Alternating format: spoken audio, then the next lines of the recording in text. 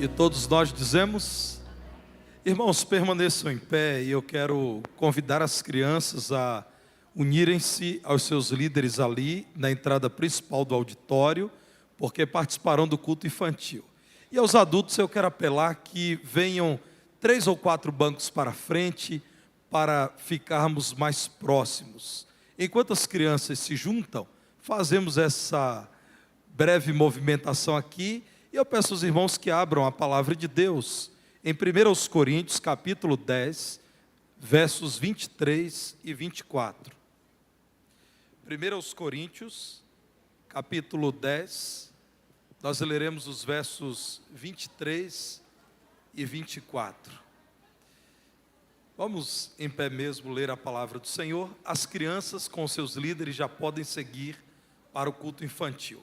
Vamos nós então à leitura da palavra. São 2 versículos apenas que leremos, por isso eu quero ler junto com a congregação. Aqueles que estão conosco na transmissão do culto, leiam o texto bíblico e façam isso também em voz alta em casa, para que outros sejam influenciados pela palavra do Senhor. As crianças todas já se dirigiram para o culto infantil. Então agora vamos juntos ler a palavra. Eu peço aos introdutores que orientem alguma criança, se porventura for retornar, para que aguarde a leitura do texto bíblico e depois então ela pode caminhar. Porque às vezes acontece de alguma criança voltar para pedir algo, para buscar algo que deixou. Vamos ler juntos, irmãos? Todas as coisas são lícitas, mas nem todas convêm. Todas são lícitas, mas nem todas edificam. Ninguém busque o seu próprio interesse, e sim o de outrem. Graças a Deus por essa instrução da palavra. Podem assentar, meus irmãos, e mantenham o texto bíblico aberto ao longo da exposição.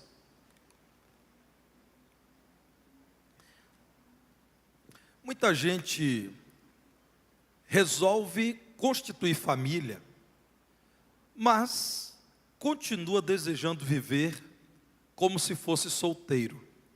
E aqui eu não estou depreciando os solteiros.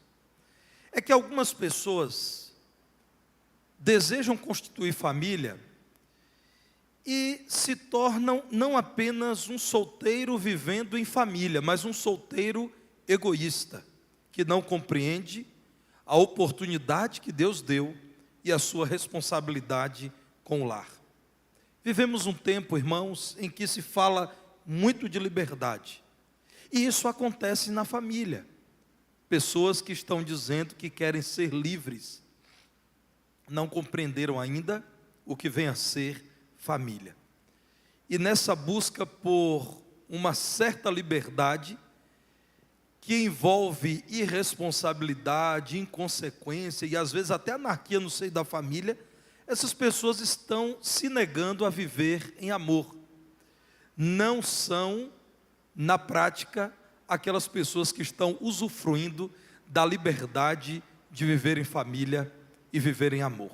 Alguns exemplos, irmãos, eu conheço do dia a dia, e você certamente conhece. O exemplo daquele esposo que casou-se porque quis, se ele é crente porque orou, e entendeu que essa foi a permissão do Senhor, mas ele não diz à sua esposa quanto ganha. Irmãos, eu realmente nunca consegui compreender como um homem, ao longo de anos, não compartilha com a sua esposa o quanto ele ganha. Isso para mim realmente é incompreensível. Significa que não existe um dueto, mas ainda existem 2 pessoas em carreira solo. Outro exemplo de quem não está usufruindo da sua liberdade para amar é aquele irmão que esconde as guloseimas do outro irmão. Ele foi numa festa de aniversário qualquer e voltou com algumas guloseimas, alguns doces. E todo mundo começou a rir agora. Me parece que eu não estou falando nada de outro mundo. E ele esconde, e o seu irmãozinho não tem acesso aos doces, aos melhores doces da festa. Me parece que se nega a vivenciar a liberdade para amar, aquela mãe que compra roupas caríssimas, por vezes incompatíveis com os seus ganhos, e os filhos pequenos, porque são só crianças, usam mulambos, trapos, roupas inadequadas. Aquele pai que viu a igreja animada para realizar um acampamento, e quando foi anunciada a taxa do acampamento, ele foi lá e pagou o acampamento dele, mas não pagou para a esposa e para os filhos. Às vezes, a justificativa é: eu trabalho tanto, eu mereço, o dinheiro é meu e eu vou agora me dar esse prêmio.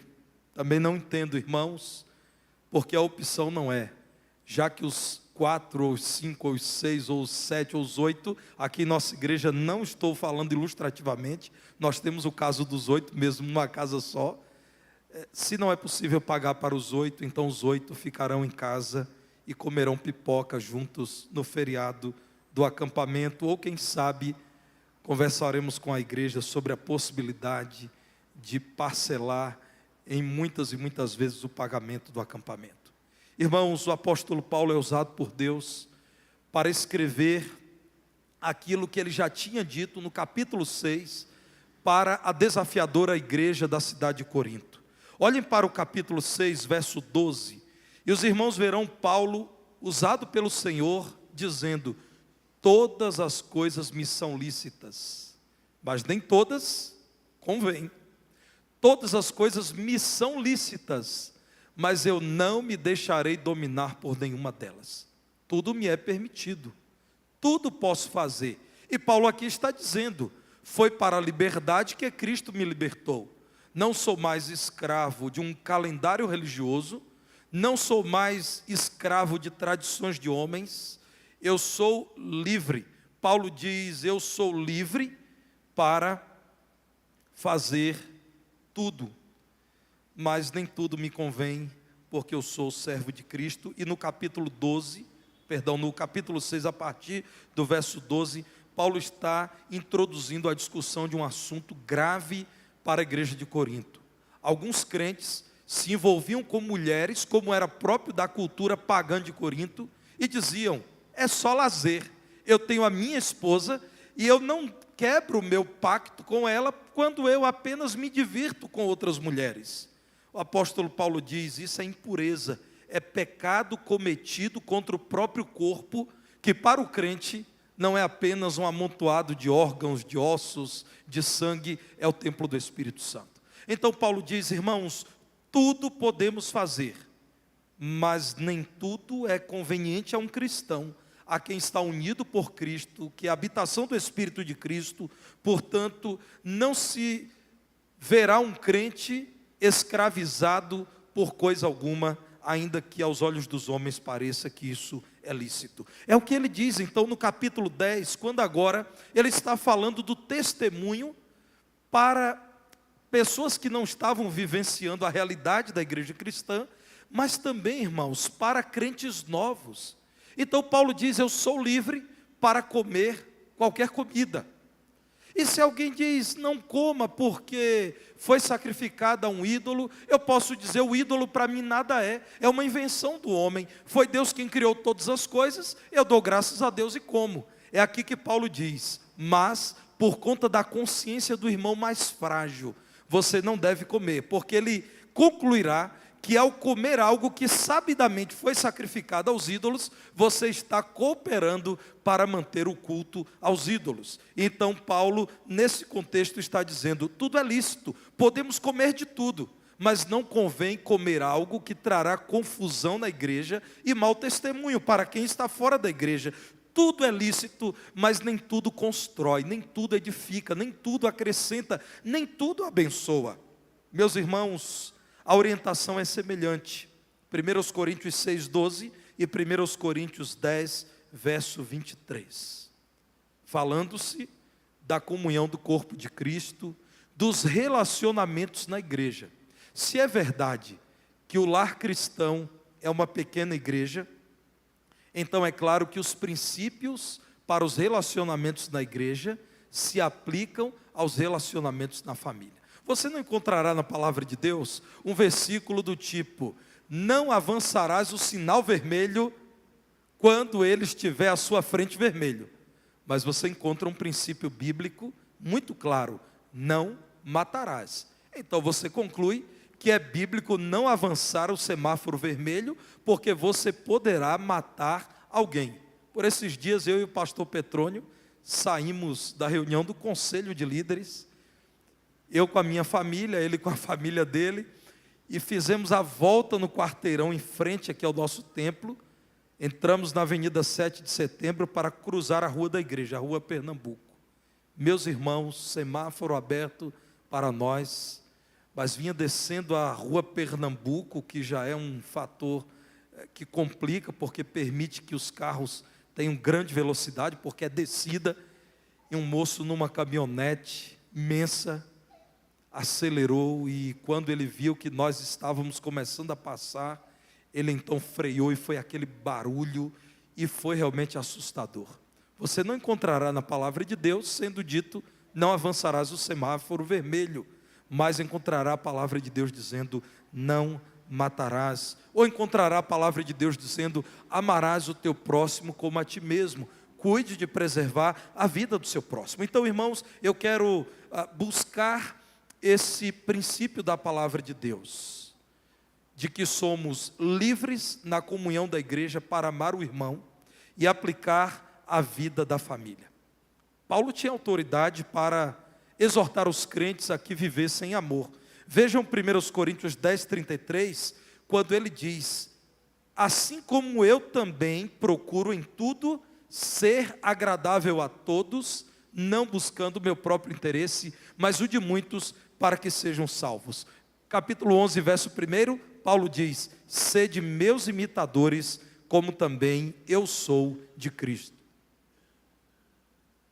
Então é um homem que se expõe à igreja e diz: se eu estou transmitindo a vocês um ensino que não transformou a minha vida, digam, porque o Deus que me inspira a escrever a vocês, tudo que eu estou escrevendo, é aquele Deus que me tem dado poder para renunciar à minha vontade, o meu interesse, e tantas vezes eu tenho sido perseguido, aprisionado, maltratado, caluniado por amor a vocês. Imitem a mim, porque eu tenho imitado a Cristo. Irmãos, Paulo está falando de limites no relacionamento. Quais são os limites? Os limites colocados pelo amor. O amor é a resposta cristã para que a liberdade de pessoas que casaram-se, são adultas e trabalham e têm o seu dinheiro, não deixem de viver com responsabilidade. O amor é a resposta para que liberdade e responsabilidade andem de mãos dadas. Diz a palavra de Deus que se o Filho de Deus nos libertar, verdadeiramente seremos livres. É o que está escrito em João 8:36. Então nós entendemos que o Senhor Jesus Cristo nos libertou de verdade daquela vida em que não tínhamos a liberdade para amar, para uma vida em que podemos vivenciar João 13, versos 34 e 35. João 13:34, Jesus diz: novo mandamento vos dou. Ou seja, é um mandamento daqueles que agora são meus discípulos. Os irmãos podem observar que Jesus está falando aqui de discipulado. Jesus está dizendo: outrora, sem o meu senhorio, vocês não seriam capazes de ouvir e muito menos de praticar isso aqui. Mas agora que são os meus discípulos, os meus imitadores, eu dou um mandamento que é novo para vocês. Eu libero vocês para que vos ameis uns aos outros, assim como eu vos amei, que também vos ameis uns aos outros. Verso 35, nisto conhecerão todos que sois meus discípulos, se tiverdes amor uns aos outros. Olhem para Romanos, no capítulo 15, versos 1 a 3. O apóstolo Paulo, usado pelo Senhor, diz à igreja que estava em Roma: ora, nós que somos fortes, nós que somos maduros, nós que somos crentes experientes, devemos suportar as debilidades dos fracos e não agradar-nos a nós mesmos. Portanto, cada um de nós agrade ao próximo no que é bom para a edificação. Porque também Cristo não se agradou a si mesmo. Antes, como está escrito, as injúrias dos que te ultrajavam caíram sobre mim. Então a palavra do Senhor diz que Cristo nos libertou verdadeiramente de uma velha vida, para que possamos agora, na nova vida, cumprir a vontade dele, que é amar. Aliás, irmãos, a lei que Deus deu a Israel, que era boa, mau era o coração do homem que recebeu a lei, é a lei do amor, e Jesus diz isso. Quando o Senhor diz em relação ao próximo, não cobiçarás a esposa do teu próximo, a casa do teu próximo, o servo do teu próximo, não dirás falso testemunho, não matarás. A palavra do Senhor está dizendo, você quer cumprir a lei de Deus? Ame a Deus e ame o seu próximo, viva em amor. Paulo diz isso, Romanos capítulo 13, nos versos 8 a 10, Paulo diz, usado por Deus, a ninguém fiqueis devendo coisa alguma, exceto o amor com que vos ameis uns aos outros, pois quem ama o próximo tem cumprido a lei.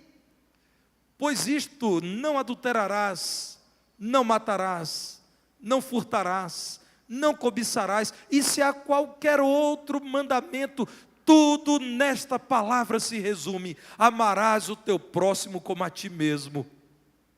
Verso 10, o amor não pratica o mal contra o próximo, de sorte que o cumprimento da lei é o amor.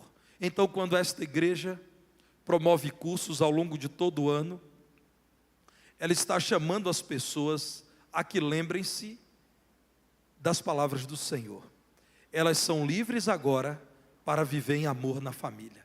O Senhor as libertou daquela antiga condição de escravos. Escravos não escolhem, escravos não decidem, escravos se submetem irrefletidamente. Éramos escravizados pelo pecado, por isso odiávamos o próximo. Por isso tínhamos prazer em humilhar o mais frágil, o mais limitado, o mais débil. Por isso, escravizados pelo pecado, o pecado nos impunha a triste sina de alguém que pensa apenas em si mesmo e prejudica o outro, porque ele não é livre para amar. Entendam isso, irmãos. Amar não é somente uma decisão, é também uma decisão. Eu escolho imitar o meu Senhor Jesus Cristo todos os dias em que o Espírito dele me chama a imitá-lo. Mas amar, meus irmãos, é também produto da ação de Deus em nossa vida. O amor de Deus está derramado em nossos corações, por isso amamos. O homem escravizado pelo pecado se nega a amar porque ele não sabe viver de modo diferente. Ele não é livre para amar. Ele está preso a um Senhor que odeia o amor. O apóstolo Paulo é usado por Deus em Filipenses capítulo 2, versos 1 a 4, para lembrar um pouco mais de quem é Cristo. Filipenses 2:1, se há, pois, alguma exortação em Cristo, há algo a dizer em nome de Cristo, alguma consolação de amor, alguma comunhão do Espírito, se há entranhados afetos e misericórdias, completai a minha alegria, de modo que penseis a mesma coisa, tenhais o mesmo amor, sejais unidos de alma, tendo o mesmo sentimento. Nada façais por partidarismo ou vanglória, mas por humildade, considerando cada um os outros superiores a si mesmo. Não tenha cada um em vista o que é propriamente seu, senão também cada qual o que é dos outros. Então, quando esta igreja promove cursos, por meio do Ministério da Família, ela está chamando as pessoas a se lembrarem, Cristo já libertou vocês para que vivam em amor. Então, decidam amar aquele que está perto. Não tenha em vista, mulher, propriamente aquilo que é seu. Pense no seu esposo e nos seus filhos. É o que fazemos no curso Mulher Única. No curso Homem ao Máximo, dizemos aos homens, não pensem apenas em vocês, nas vontades de vocês, nos planos de vocês. Lembrem-se da esposa e dos filhos. Lá no curso Integridade Sexual, nós dizemos aos adolescentes, não pensem apenas no que parece prazeroso a vocês. Pensem naquilo que glorifica a Deus, naquilo que honra os pais, naquilo que é edificante para vocês, naquilo que não defrauda o outro. No curso 6 Metáforas do Casamento Feliz, nós chamamos os casais a pensarem de novo que negar-se a viver em amor na família, deixar de dar o máximo de si à família, é renunciar à nova vida. É como dizer, eu quero mesmo é voltar para a velha vida, quando eu era um escravo do pecado e por isso não amava. Quem fala, irmãos, em nome do Senhor, sobre não pensar em si, mas pensar no outro, amar o outro acima de todas as coisas e amar a Deus antes de tudo, é um homem que nem sempre foi amoroso. Quem é esse Paulo? Eu quero usar apenas um versículo para lembrar você quem é esse homem que está dizendo assim, irmãos, todas as coisas são lícitas, mas nem todas as coisas convêm. Todas as coisas são lícitas, mas nem todas edificam. Portanto, não busquem só o que é propriamente do interesse de vocês, busquem o interesse do outro. Quem é esse homem? É o homem que um dia, vendo um outro homem digno, crente em Jesus, um santo homem de Deus, sendo apedrejado, ele se calou e concordou. Atos capítulo 8, versículo 1. Como é que a palavra do Senhor encerra a narrativa emocionante da morte de Estevão, servo do Senhor? Atos capítulo 8, versículo 1. Nesse caso aí, me parece que os irmãos vão ter que olhar só a primeira parte, é isso mesmo, só a primeira parte do versículo. Saulo consentia na sua morte. Esse Saulo, que é o apóstolo Paulo, esse Saulo era um homem escravizado pelo pecado. Ele não era livre para amar. Por isso, ao perceber que existia um homem que continuava jurando fidelidade a Cristo, a quem Paulo odiava, Paulo pensou, precisa ser eliminado. Ao pensar num homem que discordava das suas ideias, Paulo disse, eu tenho que cancelar esse homem. Consentia Saulo na morte de Estevão. Irmãos, não é livre para amar o homem que é escravo do pecado. O que essa igreja tem dito no poder do Evangelho, sob a direção do Senhor é, em Cristo vocês estão livres para amar. Amem agora sem cessar, sem parar. Paulo então diz, querem saber o que é amar? Amar é saber que você pode fazer tudo, mas não é conveniente fazer tudo. É que você pode desejar fazer tudo, mas nem tudo abençoará quem está à sua volta. Então, querem praticar o ensino? A prática é, não busquem o próprio interesse e sim o de outrem. Eu concluo, irmãos, que livres para amar são aqueles que se sentem livres para lembrar das necessidades do outro. O homem egoísta, ensimesmado, seduzido por si mesmo, que se idolatra, que coloca a si mesmo num altar em seu próprio coração, não consegue se lembrar das necessidades do outro. É por isso, meus irmãos, que nós temos em família tanta gente ressentida com o outro, porque entrou numa família e pensou, agora nós somos uma equipe, nós somos um grupo, nós nos cuidamos, mas ao longo da vida perceberam que essa foi a propaganda durante a campanha e depois da eleição nada foi cumprido. Outro dia eu estava me corrigindo, irmãos, porque eu moro num apartamento e os irmãos sabem, por maior que seja o apartamento, apartamento é apartamento, há quem chame de apertamento. E meus irmãos, no meu apartamento, no nosso apartamento, há uma rede. A mesma rede que eu trouxe para Divinópolis quando eu vim morar aqui, que era a rede em que eu li a Bíblia e bebia água de coco gelada, lá na Bahia eu trouxe para aqui. É a mesma rede em que eu punha a minha filha recém-nascida para dormir. Pois, irmãos, eu disse à minha esposa, eu só tenho uma exigência para vir morar nesse apartamento. E ela pensou, não é? O que será? Eu disse, olha, eu quero colocar um gancho de rede ali, outro aqui, e pôr uma rede. Ela disse, não, está tranquilo, está resolvido. A partir daí, irmãos, coloquei a rede então na sala. Tem muita gente agora escandalizada, como é que se põe uma rede na sala? Num lugar lindo desse país chamado Bahia, isso é normal, irmãos. Mas aí eu comecei, David, a acreditar que aquela era a minha rede. A minha rede. E outro dia eu percebi isso, quando um dos meus filhos disse assim, papai, mas hoje eu que quero a rede. E eu parei e pensei, poxa vida, além de ser o pai deles, eu sou o pastor da igreja. Que egoísmo se eu não liberar essa rede. Eu disse, não, tudo bem, fique à vontade para ficar aí por 5 minutos, daqui a pouco eu sinto na rede. Eu deito a rede. Meus irmãos, eu fui capaz de aceitar uma proposta indecente da minha esposa. Comprar um sofá maravilhoso. Irmãos, esse sofá, eu acho que ele deve ter algum recurso assim para sair voando do apartamento. Porque ele tem de tudo, ele é grande, ele é bonito, ele abre, fecha, é lindo. Não troco por minha rede. Não troco a minha rede por ele. A rede já está velha, irmãos, mas é a minha rede, já tem o formato das minhas costelas. E então, eu pensei bem naquele dia e disse, não, está errado isso. Nós somos uma família. Eu não sou apenas o único que quer deitar na rede. Aí eu perguntei à turma lá, né? Eu disse, olha, com esse sofá maravilhoso, novo, é claro que vocês não querem mais a rede. Aí um gritou, papai, todo mundo aqui gosta de rede. Eu disse, não, tudo bem. Vamos fazer a escala da rede. E realmente, cada dia agora é um que deita. Aí outro dia meu filho disse, papai, hoje é meu dia, mas eu vou lhe dar o meu dia. Pode deitar na rede. Irmãos, com essa história da rede que está lá, como eu agora já estou recuperado desse egoísmo, eu te convido, se você for à minha casa, deitar naquela rede maravilhosa. Eu fiz, irmãos, uma investigação do meu coração. Aquela rede, imagine uma rede. Meu pai e minha mãe normalmente acompanham os cultos, eles devem estar envergonhados disso. Aquela rede, irmãos, estava se tornando uma evidência do meu egoísmo. Quem disse que só eu gosto de deitar em rede? Todo mundo gosta.